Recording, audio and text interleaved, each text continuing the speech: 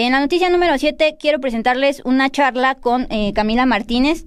Ella de hecho estuvo en este evento de presentación de precampaña con la sociedad, de diálogos con la sociedad civil. Ella es aspirante a ser diputada federal por Morena en la Cámara de Diputados Federal. Camila Martínez, quien tiene en su agenda el tema de cártel inmobiliario, porque pues es con epicentro en Benito Juárez. Entonces saludo a la diputada, a la aspirante a diputada Camila Martínez. Hola, ¿qué tal, Dulce? ¿Cómo estás? Muchísimas gracias. Pues ya, ahí ya lo decretaste. Y sí, un tema importantísimo. Todo el Distrito 15 coincide con la Alcaldía Benito Juárez. Son exactamente las mismas colonias las que están involucradas tanto en la Alcaldía como en el Distrito 15. Y una de las problemáticas más importantes que hay ahorita es el tema del cártel inmobiliario, ¿no? Creo que en la Benito Juárez están pasando varias cosas, porque, bueno, por un lado, todas esas denuncias que se venían haciendo, incluso desde antes del temblor de 2017, denuncias ciudadanas de personas que veían afectadas sus viviendas, que veían afectadas sus colonias, bueno, ahora a partir, ¿no?, de la explosión de un departamento en Acacias en 2021, pues ya han tenido resultados puntuales, ¿no? Y entonces tenemos ya un avance de la Fiscalía de la Ciudad de México que ha por lo menos girado orden de aprehensión contra una decena de personas, ¿no? O sea, incluidos pues funcionarios públicos de la alcaldía, ¿no? Por ejemplo, tenemos al exalcalde Cristian Monroy, que está ya detenido, procesado, encarcelado, ¿no? Pero hay algunos otros personajes que tienen ya órdenes de aprehensión, por ejemplo, de la talla de la diputada local Luisa Gutiérrez Ureña, ¿no?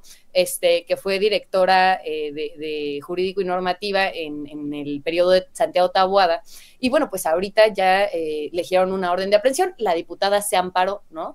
Pero bueno, empezar a ver que ya hay un resultado debido a estos malos manejos, pues creo yo que abre un nuevo panorama de lo que está sucediendo en Benito Juárez. Ahora, Dulce, creo que no es el único tema que está sucediendo, ¿no? Nosotros hemos estado saliendo a recorrer las calles, ¿no? Y a platicar con las vecinas y los vecinos. Y una cosa que nos cuentan mucho los vecinos, creo que se tiene que abordar y tiene que ser un tema que esté sobre la agenda, ¿no? Y es, por ejemplo, que nos dicen, son adultos como de edad intermedia, ¿no? Y nos dicen, es que nuestros hijos que crecieron aquí en Benito Juárez ahora no tienen la posibilidad de rentar departamentos en esta alcaldía, ¿no? ¿Por qué? Porque las rentas han subido muchísimo. Entonces, pues son jóvenes que, a pesar de que crecieron en Benito Juárez, no tienen las condiciones económicas para poder pagar una renta. Y es que hemos visto que en los últimos años, desde 2005, ha crecido en más de 350%, ¿no? Las rentas que hay en la Ciudad de México, ¿no? ¿Qué es lo que está pasando, ¿no? Que es justo un poco lo que nosotros desde hace algunos meses empezamos a investigar para saber qué es lo que está sucediendo. Pues hay un proceso de financiarización de la vivienda que afecta a toda la Ciudad de México, pero además, sobre todo, afecta a la alcaldía Benito Juárez, ¿no? Tiene algunas de las colonias donde más han aumentado los costos de las rentas. Por supuesto, los costos de la compra son altísimos y es un problema que está viviendo mi generación, Dulce, ¿no? Mi generación tiene hoy, pues, sí, justo, ¿no? Somos parte de una generación que tiene mucho más difícil poder acceder a espacios dignos de trabajo. Los salarios se han precarizado y bueno, por otro lado vemos que en lugares como Benito Juárez, la corrupción inmobiliaria, la financiarización, ¿no? Este tema de que estén, por ejemplo, lo que hacen es que empiezan a especular con los terrenos, ¿no? Entonces, pues buena parte de lo que está sucediendo es que para que no bajen los costos de las rentas en Benito Juárez, las financieras prefieren dejar, ¿no? Las constructoras prefieren dejar los edificios abandonados o bueno, sin que estén habitados durante un tiempo, ¿no? Simplemente para que no baje el costo de la renta, ¿no? Entonces, pues es un tema gravísimo, ¿no? Porque estamos viendo cómo, pues, se está pues llevando a los jóvenes, ¿no? Que vivieron en algunas de estas colonias, ¿no? A vivir a otras zonas, ¿no? Y bueno, pues eso al final, pues es echar para afuera a buena parte de la población que creció en la alcaldía Benito Juárez, separar a las familias. Y creo que, Dulce, es un tema importantísimo que tenemos que hablar nosotros como generación. Sí, bueno, no me queda duda, Camila, que ya tienen el diagnóstico desde Morena de lo que pasa en el epicentro de Benito Juárez, digamos, capturado por un grupo investigado por la Fiscalía. Preguntarle, en el escenario de que usted llegara a la Diputación Federal, desde esa trinchera, ¿qué se puede hacer para justamente ayudar a vecinos de Benito Juárez con el tema de la gentrificación, con el tema del aumento desproporcionado de rentas y con el tema de aumento de pisos y permisos con pisos más allá de lo seguro? Perfecto, Dulce. Pues mira, creo que es un tema importantísimo, si bien me parece que tendría que haber una serie de reformas al respecto. El Instituto Nacional Electoral todavía no nos deja hablar puntualmente de propuestas, de iniciativas de ley. Lo que sí creo que sería importante sería tener diputadas y diputados, tanto a nivel federal como a nivel local, efectivamente puedan representar a los vecinos. ¿Por qué? Porque hay ya un marco jurídico, ¿no? En cuestiones de uso de suelo, por ejemplo, en cuestiones de permisos, en cuestiones, por ejemplo, cuando hay un fuerte impacto medioambiental, ¿no? Hay ya, ¿no?, leyes que ayudan a proteger a las comunidades, que ayudan a, pues, impulsar a que las constructoras puedan resarcir este daño. El problema es que no se están cumpliendo, ¿no? Y no hay en este momento un actor político, porque por supuesto no lo ha hecho la alcaldía, tampoco lo han hecho los diputados federales. Los diputados locales ya ven que hasta están vinculados, ¿no? Uno ya está en prisión. Hay que decirlo, el diputado federal hoy del Distrito 15 tiene a su hermano prófugo de la justicia por el mismo tema del cártel inmobiliario. Entonces, realmente lo que nos hemos dado cuenta es que las vecinas y los vecinos que están sufriendo dentro de sus propios hogares y dentro de sus propias colonias estas afectaciones no tienen quien los represente, ¿no? Y un poco como se quitan la responsabilidad los representantes que tenemos hoy en Benito Juárez, es que dicen que no es de su facultad, ¿no? Entonces el diputado federal te dice que no es de su facultad. El diputado local te dice que ellos nada más el tema de uso de suelos, pero que por ejemplo, las manifestaciones ya para poder acceder a la vivienda, pues esas las da la alcaldía, ¿no? Yo creo que más importante que eso, los diputados tienen que representar, ¿no? Y si no es de sus facultades, tienen que ser personas que estén dispuestos a ir y presionar a las autoridades que sí tienen la competencia para que puedan cumplirle a las vecinas y los vecinos, ¿no? O sea, creo que el representar va mucho más allá de simplemente atenerte a estar dentro de una oficina redactando iniciativas de ley o haciendo puntos de acuerdo, ¿no? Yo creo que la representación que necesitamos tener en Benito Juárez, porque además es una alcaldía que tiene un gran potencial, es una alcaldía céntrica que cuenta con todos los servicios de agua, de luz, de transporte, es una de las alcaldías mejor conectadas, entonces tiene todo el potencial para convertirse en la mejor alcaldía, creo yo, a nivel país, ¿no? Lo que nos falta es que realmente haya personas que estén interesadas en representar a las vecinas y a los vecinos, ¿no? Nosotros lo que hemos estado haciendo, ahí están algunas imágenes, nosotros estamos recorriendo casa por casa la Benito Juárez, ¿no? Porque creemos que mucho más importante que el que empiecen ya las campañas y salgan las brigadas y los espectaculares y tal, es mucho más importante podernos presentar en persona con las vecinas y los vecinos, ¿no? Dejarles un número telefónico y que ellos y ellas sepan que el día que tengan algún problema, como ha pasado en Benito Juárez, ¿no? Por ejemplo, está el estallido que te comentaba del departamento en Acacias, pero por ejemplo también en Nativitas, en la calle de Elisa 90, hubo un predio que se incendió, ¿no? Era una casita que estaba junto a un edificio que se estaba recién construyendo, hubo un cortocircuito y a la señora se le quemó su casa, ¿no? Ni siquiera había comprado un departamento en un edificio del cártel inmobiliario, ¿no?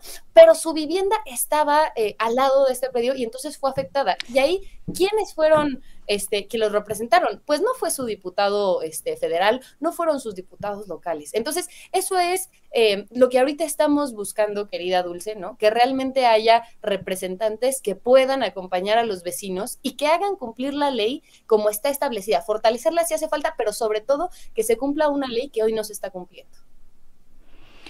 Qué injusticia el caso de esta señora que no tenía nada que ver con el edificio relacionado presuntamente con el cártel y se quedó sin su derecho a vivienda, o al menos se vio afectada. Por último, Camila, le mencionaba a la audiencia que usted estuvo ahí el domingo en la presentación del equipo de precampaña de la doctora Claudia Sheinbaum. y acabamos de ver la presentación del equipo de precampaña de la candidata, de la precandidata del Frente Amplio por México, Xóchitl Gálvez. Preguntarle, justo desde su perspectiva de una joven política, ¿qué piensa del nuevo equipo de la precandidata del Frente Amplio?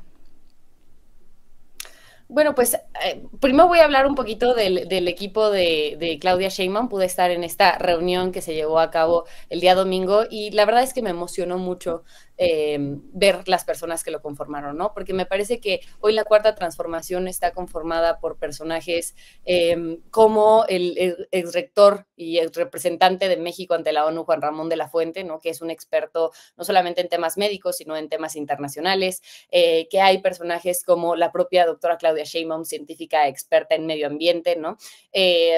No sé, Rosaura Ruiz, que fue secretaria de Educación, de Tecnología e Innovación aquí en la Ciudad de México y que hizo un gran trabajo con la generación de las nuevas universidades. Entonces, bueno, me parece que hay, ¿no?, distintos personajes que vale mucho la pena porque tienen una gran preparación y están poniéndola ahora al servicio de las necesidades de la gente, ¿no?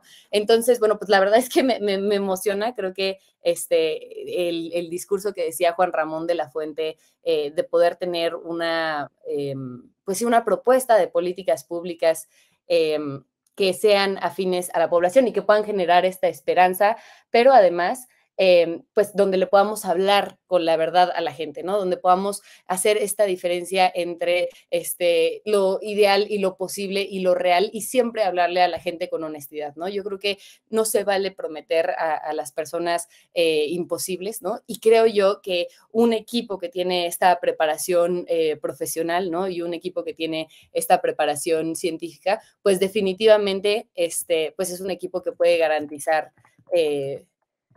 pues que puede garantizar, ¿no?, que haya un avance en este sentido, ¿no?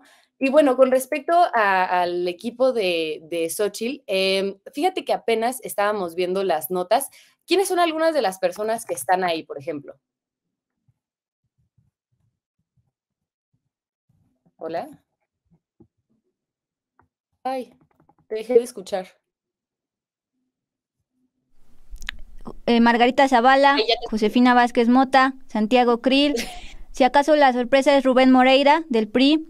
Sus hijos propios, No. Diana y Juan Pablo, los está pasando para enlace con Juventudes. Ahí está Camila, la fotografía. Max Cortázar, la mente detrás de Guerra Sucia en época de Calderón. La activista Alexandra Rojo, quien ha señalado ser víctima de espionaje.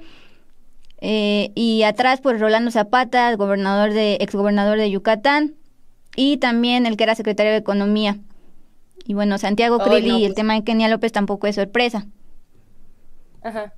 No, pues mira, la verdad es que personajes que sí, como dices bien, no sorprenden a nadie.